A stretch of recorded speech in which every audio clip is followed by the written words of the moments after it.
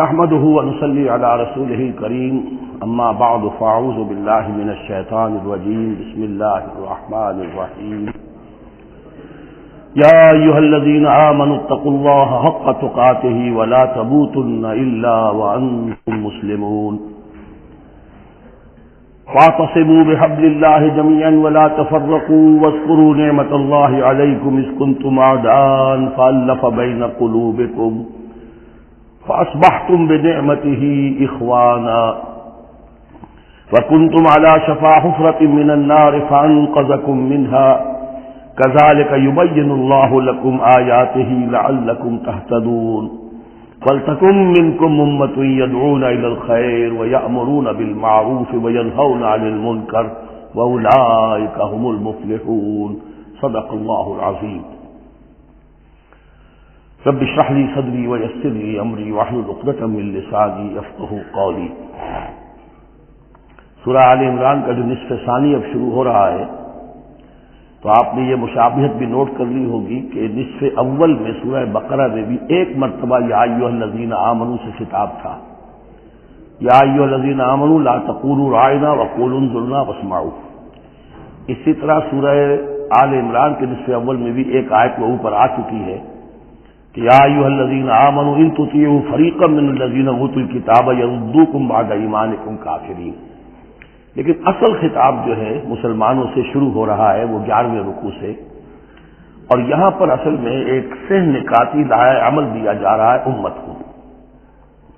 ظاہر بات ہے کہ یہ امت اب ہمیشہ قائم رہنے والی ہے قیامت تک، اور اس میں زوال بھی آئے گا، اور اللہ تعالیٰ باہمت لوگوں کو بھی پیدا کرے گا، اولو العزم لوگوں کو پیدا کرے گا، جیسا کہ ہمیں معلوم ہے مجددین امت اٹھتے رہے ہر صدی کے اندر۔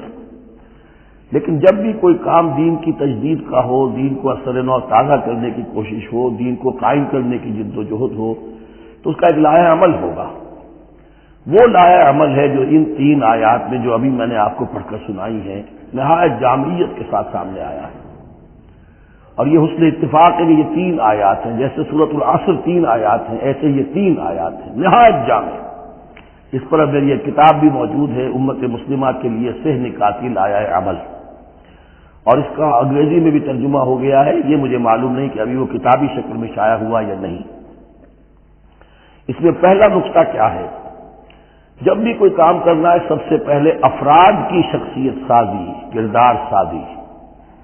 یا ایھا الذین آمنوا اتقوا اللہ حق تقاتہ، اہل ایمان اللہ کا تقوی اختیار کرو جتنا کہ اس کے تقوی کا حق ہے۔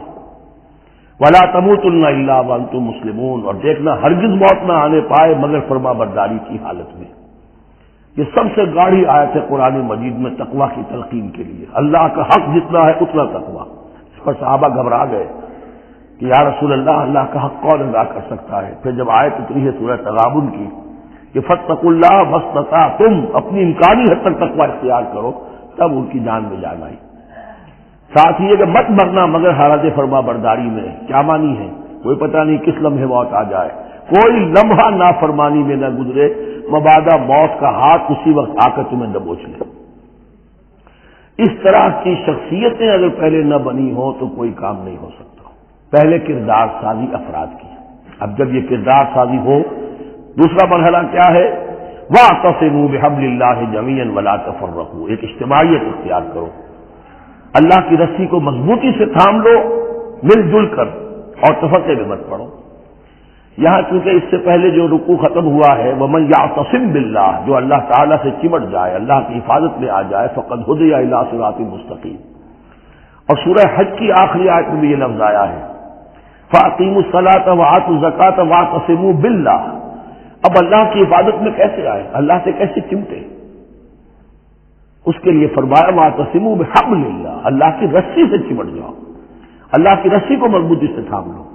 اور یہ اللہ کی رسی کون سی ہے؟ متعدد احادیث کے ذریعے سے واضح ہوتا ہے کہ یہ ہے قرآن۔ ایک طرف ہے انسان میں تقوی، ایک طرف اس میں علم آنا چاہیے، قرآن کا فہم پیدا ہونا چاہیے، قرآن کے نظریات کو سمجھنا چاہیے، قرآن کی حکمت کو سمجھنا چاہیے۔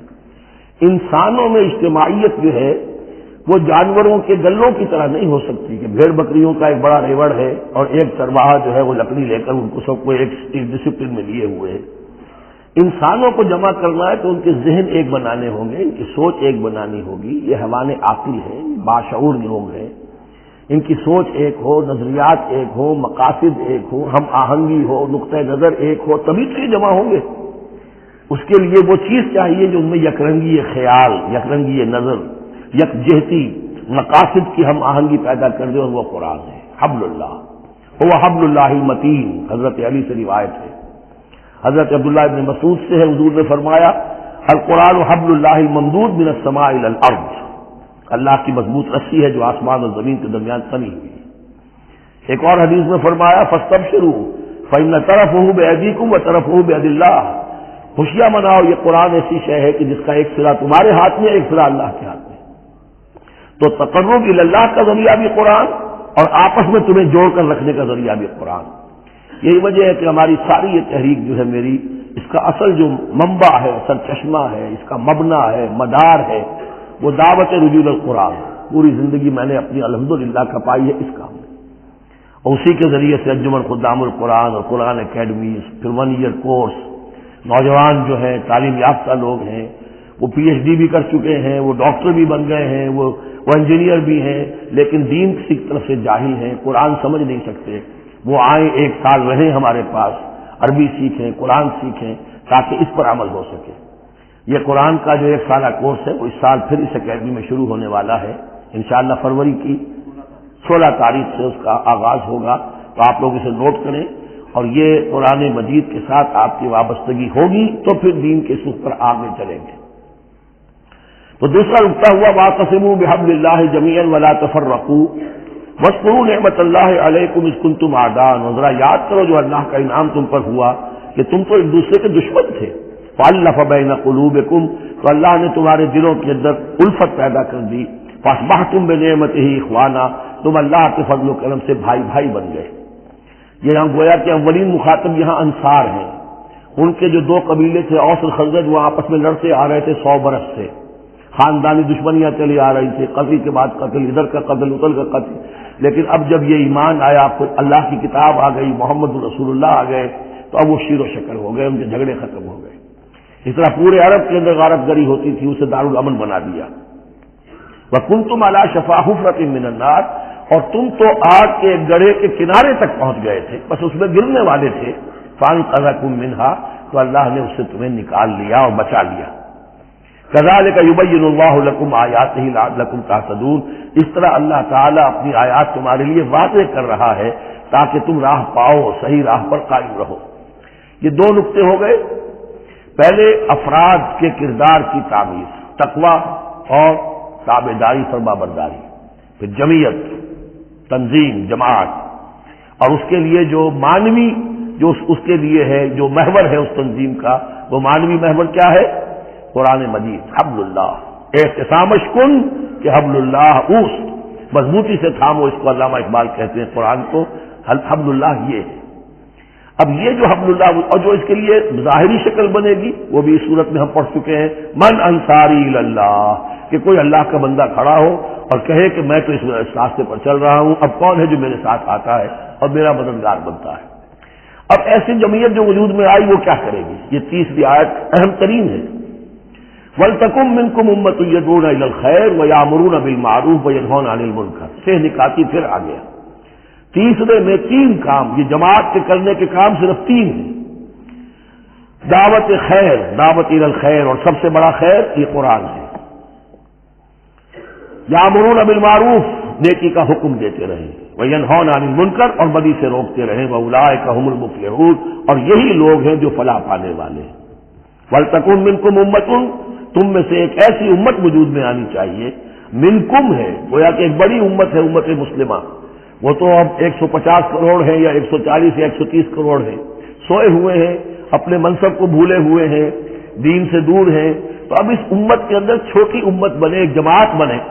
وہ جماعت اپنے ذمے یہ کام لے لے، جاگو اور جگاؤ، جو ہمدرد کا ایک جو نعرہ ہے کہ اب جاگو اور جگاؤ. اللہ نے تمہیں جاگنے کی صلاحیت دے دی، اب اوروں کو جگاؤ، اور اس کے لیے طاقت فراہم کرو، ایک جماعت بناؤ. وَلْتَكُن مِّنكُمْ أُمَّةٌ يَدْعُونَ إِلَى الْخَيْرِ وَيَأْمُرُونَ بِالْمَعْرُوفِ وَيَنْهَوْنَ عَنِ الْمُنكَرِ وَأُولَٰئِكَ هُمُ الْمُفْلِحُونَ. یہی لوگ فلاح پانے والے ہیں۔ وہ بڑی امت کروڑوں کی جو ہے جو یہ کام نہیں کرتی، وہ فلاح کی امید میں اگر ہے اور نجات کی امید میں ہے تو ایک امید موہوم ہے۔ فلاح پانے والے صرف یہ لوگ ہوں گے، اولئک ھم المفلحون۔ اب اسی میں آگے چل کر میں نے جو منہج انقلاب نبوی ہے اس میں یہ بات واضح کی ہے کہ جب کوئی انقلاب کے لیے آخری اقدام ہوگا وہ بھی نہی عن المنکر بالید، اس لیے کہ حدیث میں حضور نے نہی عن المنکر کے 3 مرتبے بیان کیے ہیں۔ ابو سعید خدری رضی اللہ عنہ سے روایت ہے، من رأى منكم منكرا فليغيره بيده فإن لم يستطع فبلسانه فإن لم يستطع فبقلبه وذلك أضعف الإيمان، رواہ مسلم رحمہ اللہ۔ تم میں سے کوئی شخص کسی منکر کو دیکھے اس کا فرض ہے اسے طاقت سے، زور سے، ہاتھ سے بند کرے، روکے، بدلے۔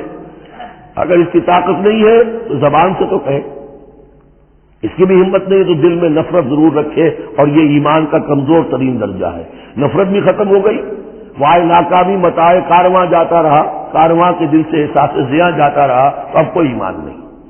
ہاں دل میں نفرت ہے تو اگلا قدم اٹھاؤ، زبان سے کہنا شروع کرو، بھائی یہ چیز غلط ہے، یہ حرام ہے، یہ اللہ نے اس کو حرام ٹھہرایا ہے، مت یہ کام کرو۔ لیکن ساتھ ہی اپنی طاقت بناتے جاؤ، جماعت بناؤ، قوت بناؤ۔ جب وہ طاقت ہو جائے اب کہو کہ اب یہ نہیں کرنے دیں گے، پھر وہ ہوگا نہی عن المنکر بالید، طاقت کے ساتھ۔ یہ ہوگا انقلاب کا جو ہے آخری مرحلہ۔ تو یہ 3 آیتوں کے اندر عظیم ہدایت ہے، پورا لایا عمل ہے، اسی میں منہج انقلاب نبوی کا جو آخری اقدامی عمل ہے وہ بھی پوشیدہ ہے۔ وَلَا تَكُونُوا كَالَّذِينَ تَفَرَّقُوا وَاخْتَلَفُوا مِن بَعْدِ مَا جَاءَهُمُ الْبَيِّنَاتُ، اور ان لوگوں کی طرح نہ ہو جانا جو متفرق ہو گئے، فرقوں میں بٹ گئے اور انہوں نے اختلافات پیدا کر لیے اس کے بعد کہ ان کے پاس واضح تعلیمات آ گئی تھی۔ اولئک لہم عذاب عظیم، ایسے لوگوں کے لیے تو بہت بڑا عذاب ہے۔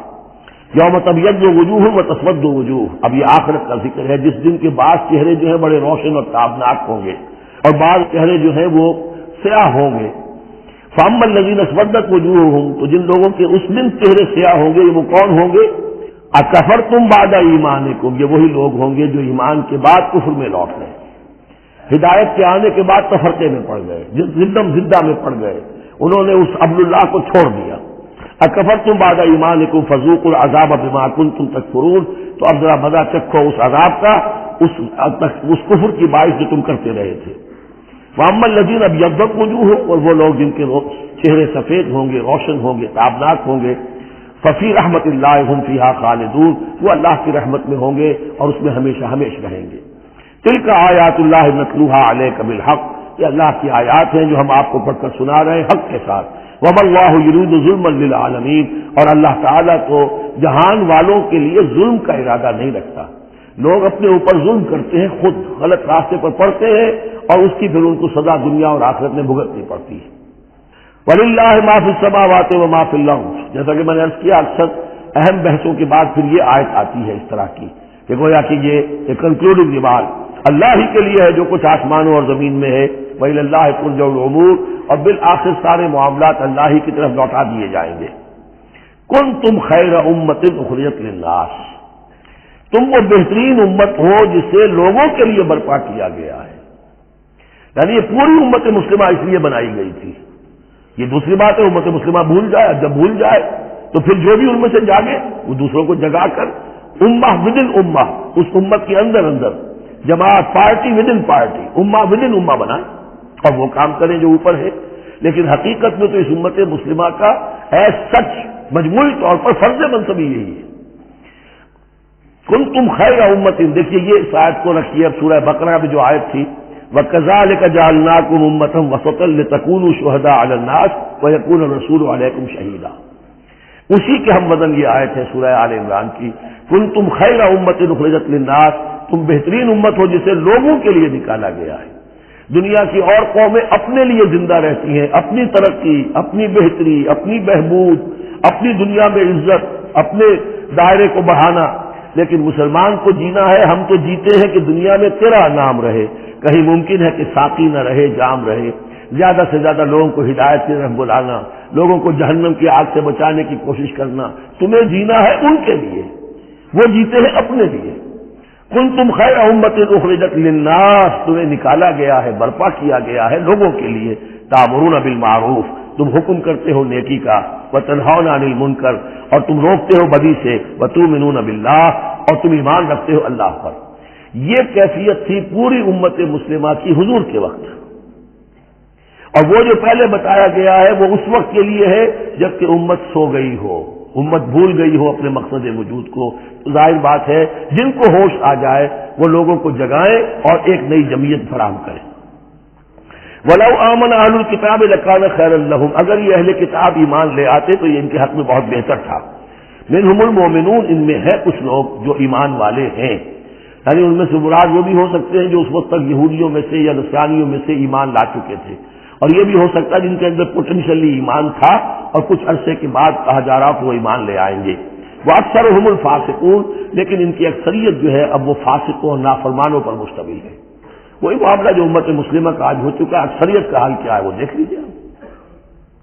لَن يَضُرُّوكُمْ إِلَّا أَذًى، اے مسلمانوں یہ تمہیں نقصان نہیں پہنچا سکیں گے مگر کچھ تھوڑی سی کوفت بہرحال تمہارے لیے کوفت کا سبب تو بنتے رہیں گے، لیکن یہ تمہیں کچھ ضرر بالفعل پہنچا نہیں سکیں گے۔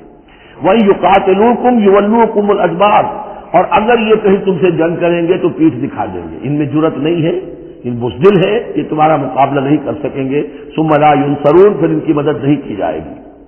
ضُرِبَتْ عَلَيْهِمُ الذِّلَّةُ، اب وہ آیت آ گئی سورہ بقرہ کے وہ جو 7ویں رکوع کے آخر میں آئی تھی، بس تھوڑا سا ترتیب کا فرق ہے۔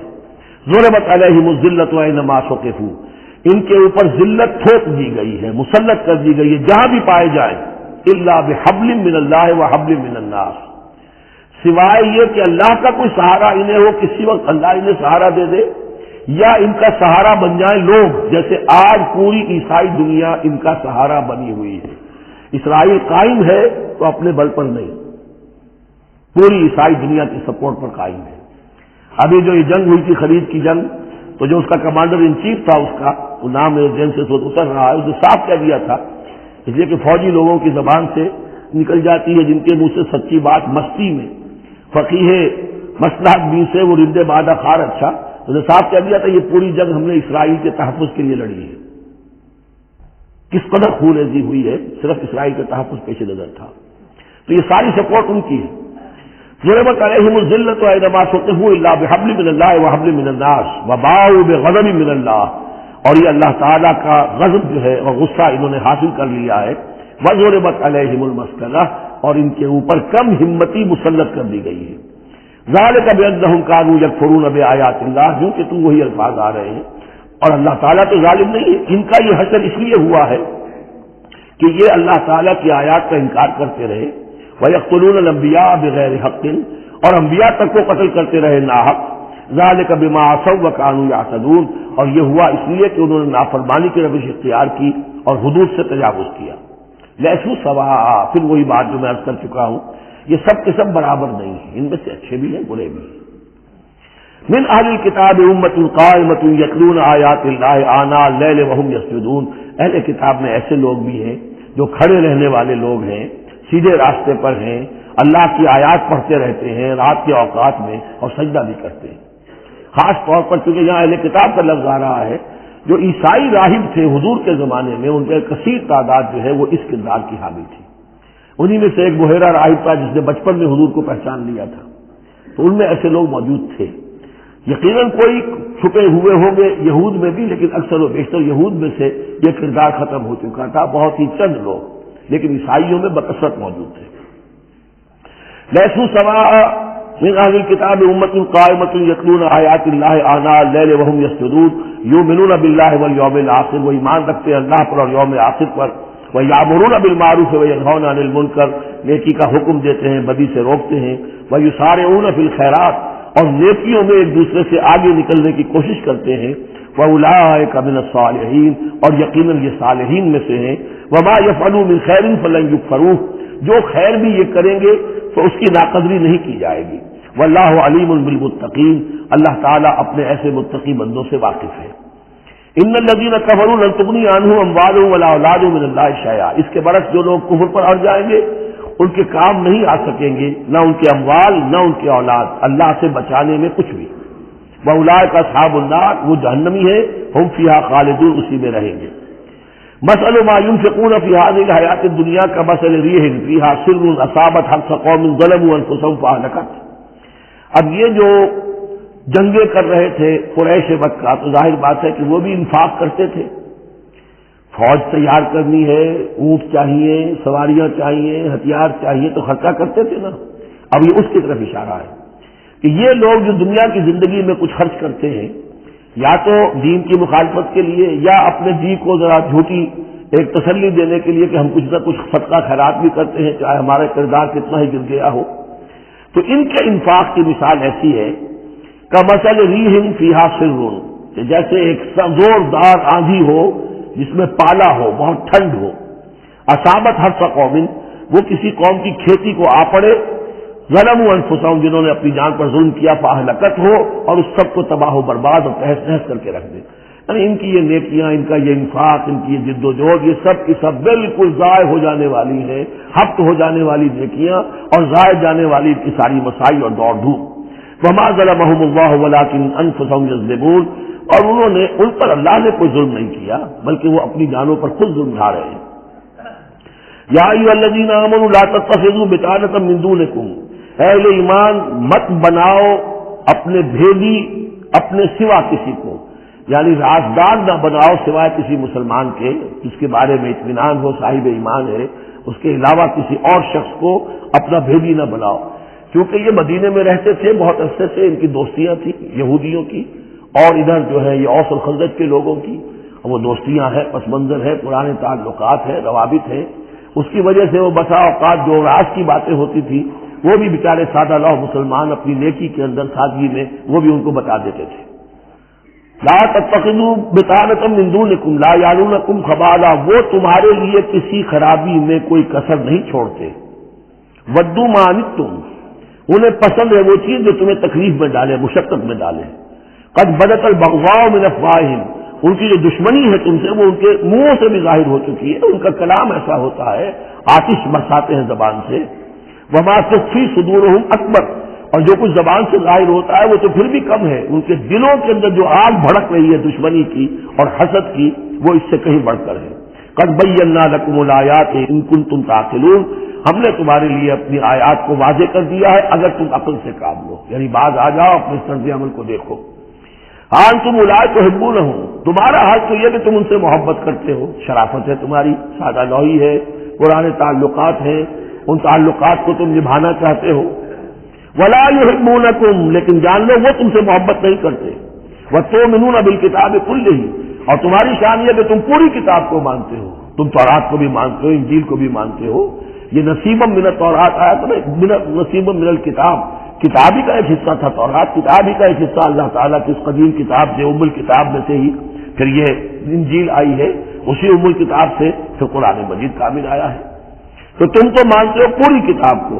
وَإِذَا لَقُوكُمْ قَالُوا آمَنَّا، اور جب یہ تم سے ملتے تو کہتے ہیں کہ ہم بھی مومن ہیں، ہم بھی مانتے ہیں، بات ٹھیک ہے آپ کی۔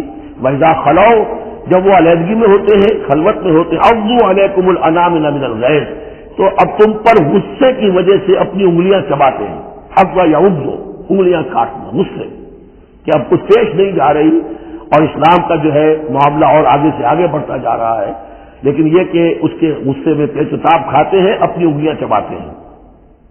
پھر موتوا بغیظکم، ان سے کہو کہ مرو اپنے اس غصے میں، غم میں، اپنے جذبات میں۔ ان اللہ علیم بذات الصدور، یقیناً اللہ تعالیٰ جو کچھ سینوں کے اندر مضمر ہے اس سے بھی واقف ہے۔ ان تمسسکم حسنۃ تسؤہم، اگر تمہیں اے مسلمانوں کوئی بھلائی پہنچ جائے، کوئی خیر ہو جائے، تمہیں کہیں فتح نصیب ہو جائے، انہیں بری لگتی ہے۔ وَإِن تُصِبْكُمْ سَیِّئَةٌ یفرحوا بہا، اور اگر تمہیں کوئی تکلیف پہنچے، کہیں کوئی زخم پہنچ جائے، کوئی عارضی طور پر شکست کہیں ہو جائے، جیسے احد میں ہو گئی تھی، تو بڑے خوش ہوتے ہیں، شادیانے بجاتے ہیں۔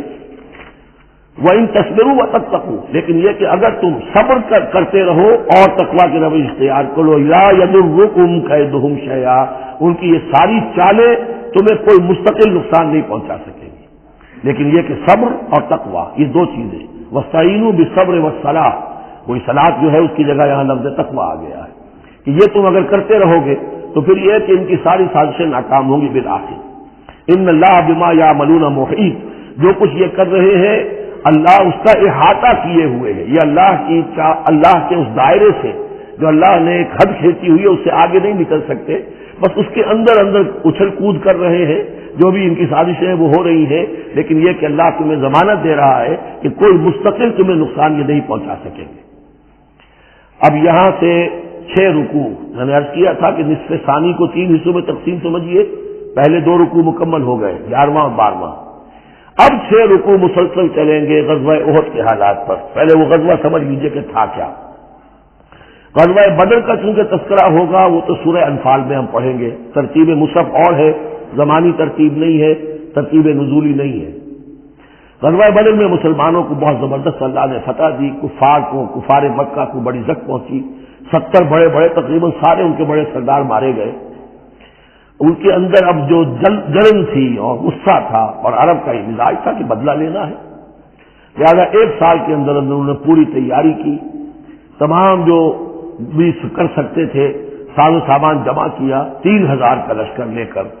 اور اب ابو سفیان، ابو جہل تو مارا جا چکا تھا، وہ تھا سردار جو کہ بدر میں آیا تھا فوج لے کر۔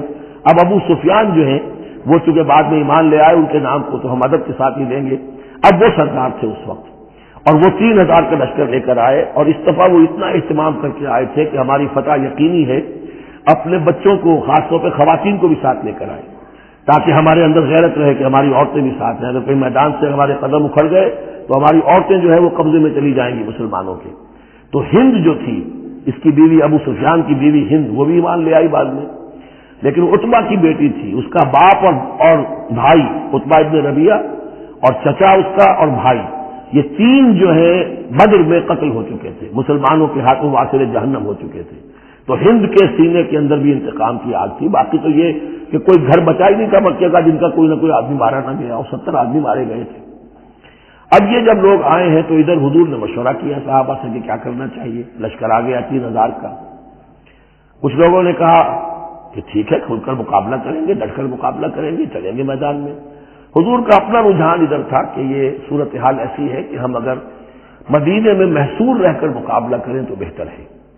لیکن جو لوگ بدر کے بعد ایمان لائے تھے، ایک تو ان کا جوش و خروش تھا، ان کا ہمیں تو شہادت چاہیے، ہمیں آخر اس موت سے کیا ڈر ہے، شہادت ہے مطلوب و مقصود مومن، نہ مال غنیمت ہے کشور کشائی۔ تو حضور نے ان کا لحاظ کرتے ہوئے آپ نے فیصلہ کر دیا ٹھیک ہے ہم میدان میں جائیں گے، کھل کر مقابلہ کریں گے۔ اس پر جب وہ مقابلے میں پہنچ گئے ہیں، آپ لے کر گئے تھے 1000 آدمی باہر۔ جب آمنا سامنا ہوا ہے تو وہاں عبداللہ ابن ابی یہ کہہ کر اپنے 300 آدمیوں کو لے کے واپس آ گیا۔ اتفاقاً اس کی رائے بھی یہ تھی کہ کھلے میدان میں جنگ مت کرو، بلکہ یہ کہ محصور ہو کر، جو حضور کی رائے تھی وہی اس کی بھی تھی اس وقت۔ لیکن اس وقت وہ یہ کہہ کر کہ جب ہماری بات نہیں مانی جاتی تو ہم خام کیوں اپنی جانیں جو ہے جوکھوں میں ڈالیں، وہ 300 آدمی لے گیا تو رہ گئے صرف 700۔ ان 700 میں سے بھی 2 گھرانے ایسے تھے، بنو حارثہ بنو سلمہ، ان کے قدم بھی تھوڑی دیر کے لیے ڈگمگائے، لیکن پھر ان کو اللہ تعالیٰ نے حوصلہ دیا اور وہ جم گئے، وہ 300 چلے گئے۔ اس کے بعد اللہ نے وعدہ کیا ہوا تھا مدد کا، جنگ ہوئی، مدد آئی اور اللہ نے فتح دے دی۔ لیکن وہ ایک ڈرا تھا مسلمانوں کی پشت پر پہاڑ میں، حضور کو اندیشہ تھا کہ ایسا نہ ہو کہ وہاں سے ہم پر حملہ ہو جائے تو 2 طرف سے ہم چکی کے پاٹ کے درمیان، 2 پاٹوں کے درمیان آ جائیں۔ وہاں 50 تیر انداز آپ نے مقرر کر دیے تھے کہ یہاں سے مت ہلنا، چاہے تم یہ دیکھو کہ ہم سب مارے گئے اور ہمارے گوشت جو ہے وہ کوے اور چیلیں کھا رہے ہیں، تب بھی تم نے نہیں ہلنا یہاں سے۔ لیکن جب مسلمانوں کو فتح ہو گئی وہاں اختلاف ہو گیا کہ حضور نے جو فرمایا تھا وہ شکست کے سلسلے میں تھا، اب تو فتح ہو گئی ہے، چلو اب چل کے مال غنیمت جمع کرنے میں باقی تم لوگوں کا ساتھ دو۔ جو وہاں کے لوکل کمانڈر تھے وہ منع کرتے رہے کہ ہرگز مت ہلو، حضور کا حکم یاد رکھو۔ وہ تعمیل کر چکے تھے حضرت حضور کے حکم کی۔ 35 چلے گئے، 15 رہ گئے۔ خالد ابن ولید اس وقت جو تھے، کیولری جو تھی، جو گھڑ سوار تھے ان کے جو ہے وہ کمانڈر خالد ابن ولید تھے، ایمان نہیں لائے تھے ابھی۔ ان کی عقابی نگاہ نے دیکھ لیا کہ وہ درا خالی ہے، تو ادھر تو شکست ہو رہی ہے، وہ اپنا 100 گھوڑوں کا جتنا بھی گھوڑے تھے ان کا لے کر پورا کا پورا رسالہ، اور وہ پیچھے سے آ کر حملہ کیا اور وہ فتح شکست میں بدل گئی۔ 70 صحابہ شہید ہو گئے، حضور بھی زخمی ہو گئے، دندان مبارک شہید ہوئے، خون اتنا گیا کہ یہ بھی مشہور ہو گیا کیونکہ بے ہوشی طاری ہو گئی تھی کہ حضور کا انتقال ہو گیا ہے۔ لیکن پھر یہ ہے کہ ہمت کر کے لوگوں جمع ہوئے، حضور نے لوگوں کو پکارا، پھر آپ نے یہ فیصلہ کیا کہ پہاڑ پر چڑھ کر اور وہاں پر اس وقت بچاؤ کر لیا جائے، تو تمام مسلمان پہاڑ پر چڑھ گئے۔ اب موقع یہ تھا ان کے لیے ابو سفیان اور دوسری طرف جو یہ ان کے ساتھی جو کیولری کے سردار تھے خالد بن ولید، ان میں اختلاف ہو گیا۔ خالد بن ولید کا کہنا یہ تھا کہ ان کا پیچھا کرو اور ختم کر کے ہی چلو، یہاں سے پہاڑ پر چڑھو۔ ابو سفیان نے کہا نہیں، یہ بہت خطرے کی بات ہے، وہ اونچائی پر ہے، اوپر سے پتھر پھینکیں گے اور ہمارے گھوڑوں کا بھی نقصان ہوگا، ہمارا بھی ہوگا، اب ہم نے بدر کا بدلہ لے لیا ہے، اب ہم چلتے ہیں۔ وہ وہاں سے چلے گئے۔ بہرحال یہ ہے پورا سلسلہ کہ جس کے اب واقعات اس میں آئیں گے، تو ایک اسکیچ میں نے آپ کے سامنے رکھ دیا ہے۔ وَإِذْ غَدَوْتَ مِنْ أَهْلِكَ تُبَوِّئُ الْمُؤْمِنِينَ مَقَاعِدَ لِلْقِتَالِ، اور یاد کریے اے نبی صلی اللہ علیہ وسلم، جبکہ آپ صبح کو اپنے گھر سے نکلے تھے، حضرت عائشہ صدیقہ کے حجرے سے آپ برآمد ہوئے تھے، تُبَوِّئُ الْمُؤْمِنِينَ، اور آپ لوگوں کو مقاعد للقتال، آپ لوگوں کو ان کے مورچوں میں بٹھا رہے تھے، یعنی آپ جب صف بندی کر رہے تھے وہاں اور مورچے معین کر رہے تھے۔ واللہ سمیع علیم، اللہ سب کچھ سننے والا اور جاننے والا ہے۔ اذ ہمت طائفتان منکم ان تفشلا، جبکہ دو گروہ تم میں سے ایسے تھے اے مسلمانوں کہ وہ کچھ کمزوری انہوں نے دکھائی، نامردی کا مظاہرہ کیا، ان کے پاؤں لڑکھڑائے۔ واللہ ولیہما، حالانکہ اللہ تعالیٰ ان کا پشت پناہ تھا۔ وعلی اللہ فلیتوکل المؤمنون، اور اللہ تعالیٰ پر ہی توکل کرنا چاہیے اہل ایمان کو۔ جیسا کہ میں نے عرض کیا، یہ بنو حارثہ بنو سلمہ انصار کے دو گھرانے تھے، عارضی سی ان کے اندر کمزوری آئی، بڑھ بنائے تب بشری، لیکن پھر وہ جم گئے۔ لیکن ان کی جو ہے ذکر قرآن میں کر دیا گیا، اور وہ اس پر فخر کرتے تھے کہ ہم وہ لوگ ہیں کہ جن کا ذکر اللہ نے قرآن میں کیا ہے، واللہ ولیہما، کیونکہ پھر وہ عارضی سی جو ان پر آئی تھی کمزوری، وہ رفع ہو گئی۔ اور آپ غور کریں گے کہ وہ جو بدبخت تھے 300 جو چلے گئے عین میدان جنگ سے، ان کا ذکر بھی اللہ نہیں کر رہا یہاں پر، گویا کہ وہ اس لائق بھی نہیں ہے کہ ان کا ذکر کیا جائے۔ انڈائریکٹلی اس کا ذکر آخر میں آئے گا، ورنہ شروع میں نہیں۔ وَلَقَدْ نَصَرَكُمُ اللَّهُ بِبَدْرٍ وَأَنْتُمْ أَذِلَّةٌ، اور مسلمانوں یاد کرو اللہ نے تمہاری مدد کی تھی بدر میں جبکہ تم بہت کمزور تھے۔ کل 8 تلواریں، 313 اس کے بعد سب کے پاس تلواریں نہیں تھی، 8 تلواریں کو 100 گھوڑے کا رسالہ لے کر آئے تھے بدر میں بھی، ادھر 2 گھوڑے تھے صرف، ادھر 700 اونٹ تھے، ادھر 70 اونٹ تھے۔ یہ کچھ 313 کے مقابلے میں 1000، اللہ نے تمہاری مدد کی تھی۔ وَلَقَدْ نَصَرَكُمُ اللَّهُ بِبَدْرٍ وَأَنْتُمْ أَذِلَّةٌ، تو بہت کمزور تھے اس وقت۔ فَاتَّقُوا اللَّهَ لَعَلَّكُمْ تَشْكُرُونَ، تو اللہ کا تقوی اختیار کرو تاکہ اللہ کا صحیح معنی میں شکر ادا کر سکو۔ اس تقول للمؤمنین، اے نبی جبکہ آپ کہہ رہے تھے اہل ایمان سے، أَلَنْ يَكْفِيَكُمْ، کیا تمہارے لیے یہ کافی نہیں ہے، أَنْ يُمِدَّكُمْ رَبُّكُمْ بِثَلَاثَةِ آلَافٍ مِنَ الْمَلَائِكَةِ مُنزَلِينَ، کہ اللہ تعالیٰ تمہاری مدد کرے 3000 فرشتوں سے کہ جو آئیں اترنے والے ہیں آسمان سے، یعنی 3000 کا لشکر آیا ہے۔ تو اے مسلمانوں میں تمہیں خوشخبری دیتا ہوں، اللہ تعالیٰ 3000 فرشتے تمہاری مدد کو بھیجے گا۔ بلا، حضور نے اللہ تعالیٰ کی طرف سے آ رہا، یہ بات تو حضور نے فرمائی تھی، اللہ تعالیٰ نے حضور کی اس دعا گویا کہ دعا کہہ لیجئے یا جو بھی آپ نے پیشن گوئی کی، ایک طرح کا استدعا بھی ہو سکتی تھی کہ اللہ سے اس طریقے سے آپ یہ استدعا کر رہے ہوں، تو فوراً اس کی منظوری کا اعلان ہو گیا، بلا کیوں نہیں۔ ان تصبروا وتتقوا، مسلمانوں اگر تم صبر کرو گے اور تقوی کی روش پر رہو گے، وَيَأْتُوكُم مِّن فَوْرِهِمْ هَٰذَا، اور اگر وہ فوری طور پر تم پر حملہ آور ہو جائے دشمن، يُمْدِدْكُمْ رَبُّكُمْ بِخَمْسَةِ آلَافٍ، تو اللہ کو تمہاری مدد کرے گا تمہارا پروردگار 3000 نہیں 5000 فرشتوں کے ذریعے سے، مصوبین جو نشان زدہ گھوڑوں کے اوپر آئیں گے۔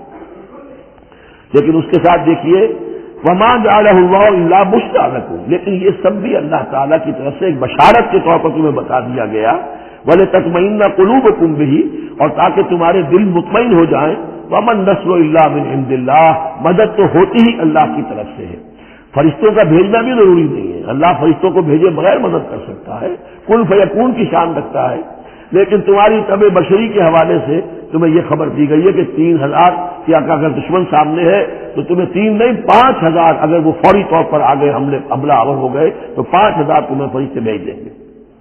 لِيَقْطَعَ طَرَفًا مِّنَ الَّذِينَ كَفَرُوا، یہ اللہ تعالیٰ چاہتا ہے کہ یہ کافروں کا ایک بازو کاٹ دے، اور یکمتہم، یا ان کو ذلیل کر دے، فَيَنْقَلِبُوا خَائِبِينَ، تاکہ پھر وہ لوٹ جائیں بہت ہی خائب و خاسر ہو کر، ناکام ہو کر۔ اب یہ گفتگو ذہن میں رکھیے، ترتیب جو ہے وہ نہیں ہے، پہلے جو ذکر ہو رہا ہے وہ تو آپ میدان جنگ میں پہنچ چکے تھے، اور یہ ذکر ہو رہا ہے اس سے پہلے کا، جب خبریں پہنچی ہوں گی کہ 3000 کا لشکر آ رہا ہے، اس وقت جو گفتگو ہوئی ہے۔ اب اس جنگ کے دوران جو بھی کچھ مسلمانوں سے خطائیں ہوئی، غلطیاں ہوئی، ان کی طرف بھی اشارہ ہے۔ اس میں بعض ایک معاملہ ایسا بھی ہوا جو حضور سے بھی خطا کا ایک معاملہ ہوا، اس کے اوپر بھی گرفت ہے، بلکہ سب سے پہلے حضور والے معاملے کو لیا جا رہا ہے۔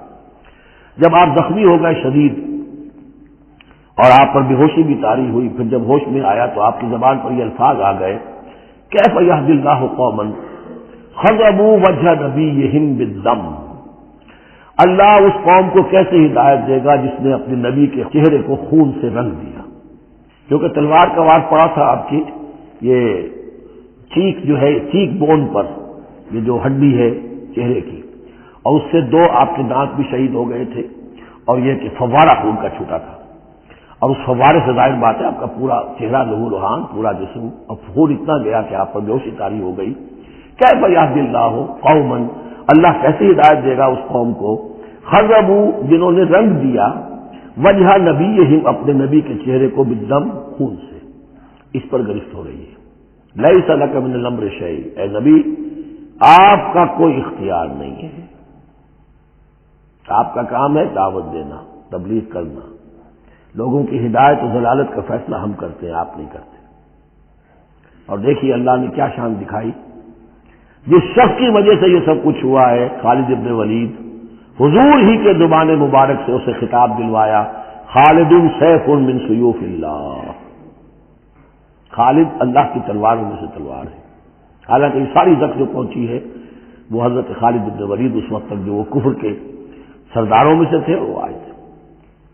لیس لک من الامر شیء، اے نبی یہ اختیار آپ کا نہیں ہے، اور یتوب علیہ اور یعذبہ، اللہ کے اختیار میں، وہ چاہے گا تو ان کی توبہ کی توفیق دے دے، وہ ایمان لے آئیں گے، یا اللہ چاہے گا انہیں عذاب دے گا، فإنہم ظالمون، اس لیے کہ ظالم تو ہے، اس نے گناہ تو کیا ہے، غلط کام کر رہے ہیں، سزا کے وہ حقدار ہو چکے ہیں، لیکن ہو سکتا ہے اللہ انہیں ہدایت دے دے۔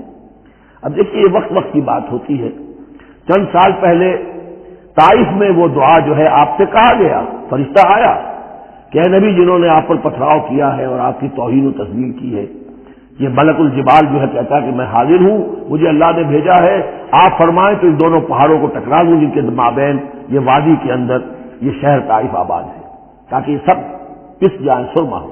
آپ نے فرمایا نہیں، کیا عجب کہ اللہ تعالیٰ ان کی آئندہ نسلوں کو ہدایت دے دے۔ لیکن اب یہ مرحلہ کچھ ایسا تھا کہ زبان مبارک سے وہ جملہ نکل گیا۔ یہ بھی ہو سکتا ہے کچھ چونکہ بے ہوشی سے ایک دم اٹھے ہیں تو اس وقت شاید پوری طریقے سے آپ پوری طرح اپنے حواس جو ہے ابھی بحال نہیں ہوئے تھے اور یہ الفاظ نکل گئے، لیکن اللہ تعالیٰ کا معاملہ ہے، الرب رب وإن تنزل والعبد عبد وإن ترقى، بندہ بندہ ہی رہتا ہے چاہے کتنا ہی بلند ہو جائے، اور رب رب ہی ہے چاہے کتنا ہی نزول فرما لے۔ اب تو وہ وقت ہے نا، رات کا پچھلا پہر شروع ہو رہا ہے نا، اللہ تعالیٰ سمائے دنیا تک نازل ہوں گے، اور شب معراج میں حضور 7ویں آسمان پر چلے گئے۔ اللہ اس پہلے آسمان پر آ کر بھی رب ہے، اور حضور اس 7ویں آسمان پر پہنچ کر بھی بندے۔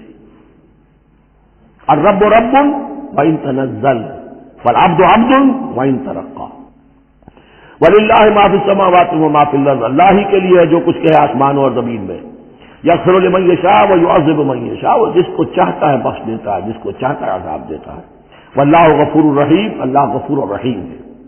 یا ایھا الذین آمنوا لا تاکلوا الربا اضعافا مضاعفہ، اہل ایمان سود مت کھاؤ دوگنے پر دگنا، یہ جو کمپاؤنڈ انٹرسٹ ہے بڑھتا چڑھتا رہتا ہے، یہ اصل میں پہلی آیت جو ہے سود کی حرمت میں وہ یہ ہے۔ بلکہ نوٹ کیجئے، جیسا کہ میں نے نوٹ کرا دیا تھا کل آپ کو، سب سے پہلے ایک مکی صورت میں سورہ روم میں بات آ گئی تھی، ما آتیتم من ربا لیربو فی اموال الناس فلا یربو عند اللہ وما آتیتم من زکاۃ تریدون وجہ اللہ فاولئک هم المضعفون۔ تو انفاق فی سبیل اللہ اور سود کو ایک دوسرے کے مقابل رکھ کر جو بھی اس سود کے اندر جو قباحت اور شناعت تھی وہ واضح کر دی، جیسے کہ شراب اور جوئے کی جو خرابی تھی اس کو سورۃ البقرہ میں بیان کر دیا تھا۔ اب یہاں وہ دوسرا آ گیا معاملہ کہ یہ کم سے کم سود کی شرح جو بہت زیادہ، جسے یوزلی کہتے ہیں آج کل، یہ سود کے جو ذاتی مسائل کے لیے لیتے ہیں، ہمارے ہاں بھی ایسے سود خور موجود ہیں، بہت ہائی ریٹ آف انٹرسٹ پر وہ دیتے ہیں لوگوں کو قرض، اور ان کا خون چوس جاتے ہیں. تو پہلے اس سود کی مذمت آئی ہے. آخری حکم ہے پھر اس سود کا جو بیع کے اندر سود ہے. وہ ہے وہ حکم کہ جو سن 9 میں نازل ہوا، لیکن ترتیب مصحف میں وہ سورہ بقرہ میں ہے. وہ پورا رکوع ہم پڑھ چکے ہیں، اور اس رکوع کی آخری آیت وہ ہے جو قرآن مجید کی آخری آیت ہے ترتیب نزولی میں، وَاتَّقُوا يَوْمًا تُرْجَعُونَ فِيهِ إِلَى اللَّهِ. یہ کیوں یہاں پر آیت آئی ہے؟ اس لیے کہ محسوس ایسا ہوتا ہے کہ وہ جو 35 تیر انداز وہاں سے چھوڑ کر چلے گئے تھے تو کوئی ان کے تحت شعور میں مال غنیمت کی کوئی طلب تھی جو نہیں ہونی چاہیے تھی. اس حوالے سے کہ سود خوری جو بھی ہے یہ انسان کے اندر مال سے محبت ایسی پیدا کر دیتی ہے جس کی وجہ سے اس کے کردار کے اندر بڑے بڑے خلا پیدا ہو سکتے ہیں.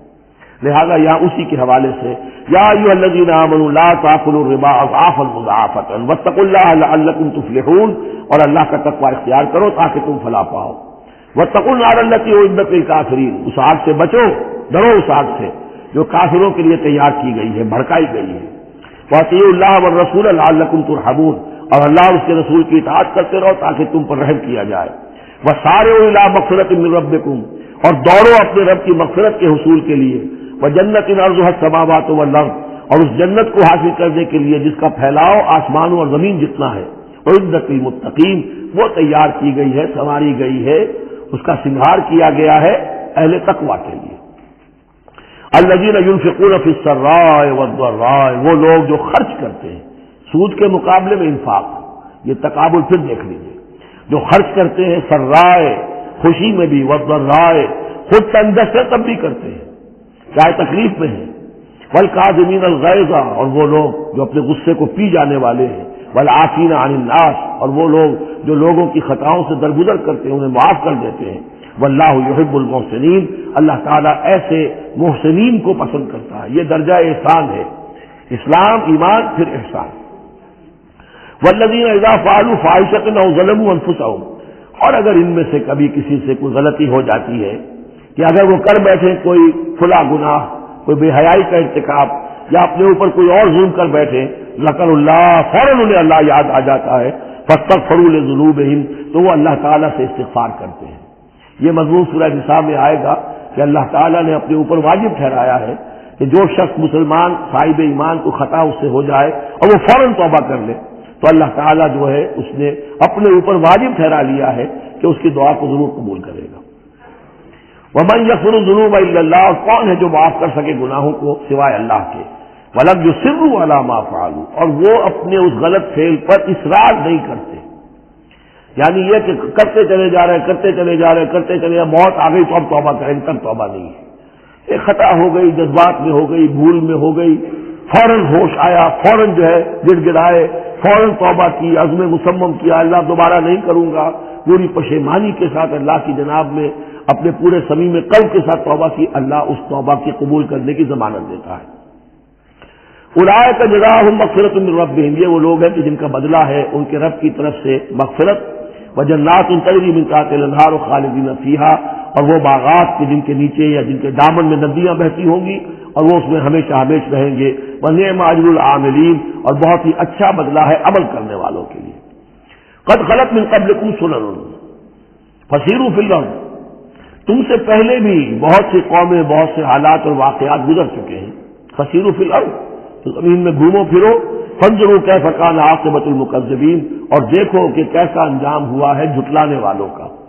جب ان کے قریش کے قافلے جاتے تھے وہ شام کی طرف تو راستے میں تو جو قوم سمود کا مسکن بھی آتا تھا، وہ بستیاں بھی آتی تھیں جن میں کبھی حضرت لوط نے تبلیغ کی تھی، ان کے جو کھنڈرات تھے تو یاد کرو کہ ان کے ساتھ کیا کچھ ہوا ہے. ھذا بیان للناس وھدی وموعظۃ للمتقین، یہ بیان ہے لوگوں کے لیے، وضاحت ہے لوگوں کے لیے، اور ہدایت ہے اور نصیحت ہے متقین کے حق میں. ولا تہنوا ولا تحزنوا، یہ آیت بڑی اہم ہے. اور نہ کمزور پڑو اور نہ غم کھاؤ. وانتم الاعلون ان کنتم مؤمنین، ہمارا پختہ وعدہ تمہارے ساتھ یہ ہے کہ تم ہی سربلند ہوگے، آخری فتح تمہاری ہوگی، تم ہی سب سے اونچے ہوگے بشرطے کہ تم مومن ہوئے. اور اس آیت کا میں حوالہ دیا کرتا ہوں. آج دنیا میں ہم ذلیل ہیں، اعلیٰ تو نہیں ہے، بلند تو نہیں ہے، نتیجہ کیا نکلتا ہے؟ ایمان نہیں ہے ہمارے اندر۔ ایک عقیدہ ہے، موروثی عقیدہ ہے، ایمان، یقین والا ایمان، burning faith, living faith, conviction, وہ کہاں ہے؟ یا پھر قرآن اللہ کا کہنا جھوٹ ہے، انتم الاعلون ان کنتم مؤمنین۔ ہو نہیں سکتا کہ امت کے اندر ایمان موجود ہو اور پھر وہ دنیا میں ذلیل و خوار ہو۔ ان یمسسکم قرح فقد مس القوم قرح مثلہ۔ اب ظاہر بات ہے کہ اتنی بڑی جو ایک چوٹ پہنچی تھی، 70 صحابہ شہید ہو گئے، اس میں حضرت حمزہ بھی ہے، مصعب بن عمیر بھی ہے، انصار کا کوئی گھرانہ نہیں تھا۔ واپس جب آئے ہیں حضور صلی اللہ علیہ وسلم اور مسلمان، تو ہر گھر میں کوحرام مچا ہوا۔ اس وقت تک میت پر بین کرنے کی بھی ممانعت نہیں ہوئی تھی، تو عورتیں جو ہے وہ مسیح کہہ رہی تھیں، بین کر رہی تھیں، ماتم کر رہی تھیں۔ اس حال میں خود حضور صلی اللہ علیہ وسلم کی زبان مبارک سے الفاظ نکل گئے، اما حمزہ تو فلا بواکی لہو، ہائے حمزہ کے لیے تو کوئی رونے والی بھی نہیں، کیونکہ حمزہ کی کون یہاں خواتین ہیں رشتہ دار؟ حمزہ تو مہاجر تھے۔ انصار کے گھرانے میں جو خواتین ہیں وہ تو اپنے اپنے مردوں کی، اپنے اپنے شہیدوں کی، مقتولوں کی جو ہے وہ کر رہی ہے، بیان کر رہی ہے۔ اس پر پھر انصار نے جا کر اپنے گھروں سے خواتین کو حضرت صفیہ کے گھر بھیجا، حضرت حمزہ کی ہمشیرہ، کہ وہاں جا کر تعزیت کرو۔ تو بہرحال دکھ تو محمد کو بھی پہنچا ہے صلی اللہ علیہ وسلم۔ آخر یہ حساس دل تھا آپ کا، پتھر کا کوئی ٹکڑا تو نہیں تھا سینے کے اندر، جو بھی زخم پہنچی ہے۔ یا اللہ تعالیٰ اہل ایمان کی دلجوئی کے لیے کہہ رہا ہے کہ اتنے غمگین نہ ہو، اتنے ملول نہ ہو، اتنے دل گرفتہ نہ ہو۔ ان یمسسکم قرح، اگر تمہیں کوئی چرکا لگا ہے اب، فقد مس القوم قرح مثلہ، تو تمہارے دشمن کو اس جیسا ہی چرکا لگ چکا ہے کہ نہیں؟ 1 سال پہلے ان کے 70 مارے گئے تھے کہ نہیں؟ وَتِلْكَ الْأَيَّامُ نُدَاوِلُهَا بَيْنَ النَّاسِ، اور یہ تو دن ہے جن کو ہم لوگوں میں الٹ پھیر کرتے رہتے ہیں، اونچ نیچ، ایک سی کیفیت ہم نہیں رکھتے۔ فَلْيَعْلَمَ اللَّهُ الَّذِينَ آمَنُوا، اور یہ اس لیے ہوتا ہے کہ اللہ دیکھ لے کہ کون حقیقتاً مومن ہے، اس لیے کہ امتحان نہ آئے، آزمائش نہ آئے، تکلیف نہ آئے، قربانی نہ دینی پڑے، کوئی زک نہ پہنچے، تو سبھی مومن ہے۔ پھر تو پتہ چلتا ہے کہ کون ثابت قدم رہا، کس نے اپنا سب کچھ لگا دیا، کس نے صبر کیا۔ تو اللہ تعالیٰ جاننا چاہتا ہے، دیکھنا چاہتا ہے۔ وَلِيَعْلَمَ اللَّهُ الَّذِينَ آمَنُوا وَيَتَّخِذَ مِنكُمْ شُهَدَاءَ، اللہ چاہتا ہے تم میں سے کچھ کو مقام شہادت عطا کرے، اپنی گواہی کے لیے قبول کر لے انہیں۔ وَاللَّهُ لَا يُحِبُّ الظَّالِمِينَ، اللہ ظالموں کو پسند نہیں کرتا۔ اگر تمہیں تکلیف پہنچی، اس کا یہ مطلب نہیں ہے کہ اللہ تعالیٰ نے کفار کی مدد کی ہے، کفار کو پسند کیا، معاذ اللہ۔ وَلِيُمَحِّصَ اللَّهُ الَّذِينَ آمَنُوا وَيَمْحَقَ الْكَافِرِينَ، اور یہ اس لیے ہوا ہے کہ اللہ تعالیٰ اہل ایمان کو بالکل پاک کر دے۔ یعنی تمہارے ہاں اب خاص طور پر جو انصار مدینہ ہیں، جو ابھی ایمان لائے ہیں، ان میں کچھ کچے بھی ہیں، پکے بھی ہیں۔ اللہ چاہتا ہے کہ وہ پوری طریقے سے پک بھی جائیں، اور اگر کوئی کچا ہی رہنا ہے تو وہ کٹ بھی جائے، تاکہ جماعت کی بحثیت مجموعی جو ہے اس کی قوت کو ذوق نہ پہنچے۔ تو پاک کر لینا، تمحیص، بحث و تمحیص میں یہ لفظ ہم استعمال کرتے ہیں۔ بحث کہتے ہیں کھڑیدنے کو، جیسے جانور جو ہے کوا جو ہے زمین کو کڑے گا، پھر جو اسے نظر آئے گا کوئی دانا ہے یا کوئی کنکر ہے تو علیحدہ کرے گا، اور دانے کو کھائے گا، کنکر کو چھوڑ دے گا۔ تو بحث ہے کڑیدنا، اور تمحیص ہے جدا کر دینا۔ جو اس کے لیے ایٹیبل ہے، جس کو کھانے کا اس کے لیے ہے صحیح، اس کو لے لے گا۔ تو اللہ تعالیٰ بھی تمہارے اندر جو گڑبڑ ہو گئے ہیں، کچھ مومن صادق بھی ہے، کچھ منافق بھی ہے، کچھ پختہ ایمان والے بھی ہیں، کچھ کمزور ایمان والے بھی ہیں، تو یہ تمحیص کی ہے اللہ نے، دکھا دیا یہ 300 اور یہ عبداللہ ابن ابی یہ منافق ہیں، تمہیں نظر آ گیا نہیں؟ ورنہ کیسے نظر میں آتا؟ وَلِيُمَحِّصَ اللَّهُ الَّذِينَ آمَنُوا، تاکہ اللہ تعالیٰ اہل ایمان کو بالکل خالص کر دے، وَيَمْحَقَ الْكَافِرِينَ، اور کافروں کو مٹا دے۔ ام حسبتم ان تدخلوا الجنہ، اب یہ آیت تقریباً وہی ہے وہ جو اس سے پہلے ہم پڑھ چکے ہیں، نوٹ کر لیجئے، وہاں وہ آیت نمبر 214 تھی اور یہاں 142 ہے، ڈیجٹس وہی ہے، آگے پیچھے ان کی ترتیب بدلی ہوئی ہے، اور جمع کریں گے تو 7 کا حصہ بنے گا۔ آیت نمبر 214 تھی، ام حسبتم ان تدخلوا الجنہ ولما یاتکم مثل الذین خلوا من قبلکم مستهم الباساء والضراء وزلزلوا حتى يقول الرسول والذین آمنوا معه متى نصر اللہ الا ان نصر اللہ قریب۔ وہی ہے آیت اب یہ، ام حسبتم ان تدخلوا الجنہ، کیا تم نے سمجھا تھا کہ جنت میں داخل ہو جاؤ گے؟ وَلَمَّا يَعْلَمِ اللَّهُ الَّذِينَ جَاهَدُوا مِنكُمْ، ابھی تو اللہ نے دیکھا ہی نہیں ہے تم میں سے کون واقعتاً جہاد کرنے والے ہیں، ابھی تو امتحان ہے، ابھی اس کے امتحان اور بھی ہیں، ابھی تو تمہارے لیے بڑی سے بڑی منزلیں، کڑی سے کڑی منزلیں آنے والی ہیں۔ وَلَمَّا يَعْلَمِ اللَّهُ الَّذِينَ جَاهَدُوا مِنكُمْ وَيَعْلَمَ الصَّابِرِينَ، اور ابھی تو اللہ تعالیٰ نے دیکھا ہی نہیں ہے کہ کون ہے تمہارے اندر جو واقعتاً اللہ کی راہ میں صبر اور استقامت کا ثبوت دیتے ہیں۔ وَلَقَدْ كُنْتُمْ تَمَنَّوْنَ الْمَوْتَ مِنْ قَبْلِ أَنْ تَلْقَوْهُ، اور تمہارا حال یہ ہے کہ تم موت کی تمنا کرتے تھے اس سے پہلے کہ ان سے ملاقات ہوئی۔ یہ وہ جو نئے لوگ ایمان لائے تھے اور نوجوان تھے، ان کا تھا ہمیں تو شہادت چاہیے اور ہم تو کھلے میدان میں جائیں گے، یہ اب ان کے اوپر تھوڑا سا تبصرہ ہو رہا ہے کہ اس وقت تو شہادت کا بڑا ذوق و شوق جو ہے اور جوش جہاد اور ذوق شہادت کا اظہار ہو رہا تھا، اب تم نے موت دیکھ لی ہے نا، تو یہ ہے موت اتنی اچھی چیز نہیں ہے، موت اتنی آسانی سے انسان اسے قبول نہیں کرتا۔ وَلَقَدْ كُنْتُمْ تَمَنَّوْنَ الْمَوْتَ مِنْ قَبْلِ أَنْ تَلْقَوْهُ، تم تمنائیں کرتے تھے موت کی، شہادت کی، اس سے پہلے کہ اس سے ملاقات ہوتی۔ فَقَدْ رَأَيْتُمُوهُ وَأَنْتُمْ تَنْظُرُونَ، تو اب تم نے اسے دیکھ لیا ہے اپنی آنکھوں سے، نگاہوں سے موت نکلی۔ وَمَا مُحَمَّدٌ إِلَّا رَسُولٌ، اسی میں ایک دفعہ یہ بھی ہو گیا تھا کہ کچھ لوگوں نے یہ کہا کہ جب محمد کا انتقال ہو گیا تو اب کس لیے جنگ کرنی، حضرت عمر بھی ہے ان میں سے، جب خبر یہ اڑ گئی کہ حضور فوت ہو گئے، انہوں نے تلوار پھیر دی بیٹھ گئے، اب کس کے لیے جنگ کرنی؟ تو اس میں کہا گیا کہ یہ تو تمہارا غلط رویہ ہے، گرفت ہو رہی ہے، ہر ایک کے اوپر گرفت ہوگی، پہلی گرفت محمد پر ہو گئی صلی اللہ علیہ وسلم، لیس لک من الامر شیء۔ تو حضرت عمر باغار حضور کے مقابلے میں تو کوئی حیثیت نہیں، ان پر بھی گرفت ہو رہی۔ وما محمد الا رسول، اور محمد کچھ نہیں ہے اس کے سوا کہ وہ اللہ کے رسول ہے، وہ معبود تو نہیں ہے۔ تم ان کے لیے تو جہاد نہیں کر رہے، تم جہاد اللہ کے لیے کر رہے ہو۔ دین کا غلبہ جو ہے وہ اللہ کے دین کا غلبہ ہے، محمد کی حیثیت کیا ہے؟ وہ تو اللہ کے رسول ہے۔ وما محمد الا رسول قد خلت من قبلہ الرسل، اور ان سے پہلے بہت سے رسول گزر چکے۔ افئن مات، تو اگر وہ ان کا انتقال ہو جائے، او قتلا، یا بالفرض وہ قتل ہو جائیں، انقلبتم علی اعقابکم، تو کیا تم اپنی ایڑیوں کے بل لوٹ جاؤ گے؟ یہی تمہارے دین اور ایمان کی حقیقت ہے۔ ومن ينقلب على عقبيه فلن يضر الله شيئا، اور جو کوئی بھی اپنی ایڑیوں کے بل لوٹ جائے گا وہ اللہ کو کوئی نقصان نہیں پہنچائے گا۔ وسيجزي الله الشاكرين، ہاں اللہ بدلہ دے گا شکر کرنے والوں کو۔ حضرت عمر چونکہ جذباتی انسان تھے، اس میں کوئی شک نہیں، تقریباً یہی کیفیت حضور کے انتقال پر پھر ہو گئی تھی ان کی، تلوار کھینچ کر بیٹھ گئے تھے، جو کہے گا محمد کا انتقال ہو گیا سر اڑا دوں گا۔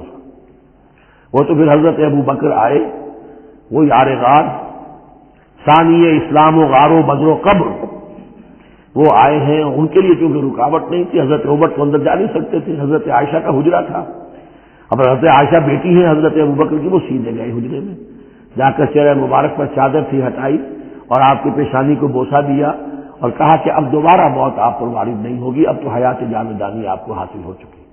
پھر باہر آ کر یہی آیت پڑھی، وما محمد الا رسول قد خلت من قبلہ الرسل افئن مات او قتل انقلبتم علی اعقابکم۔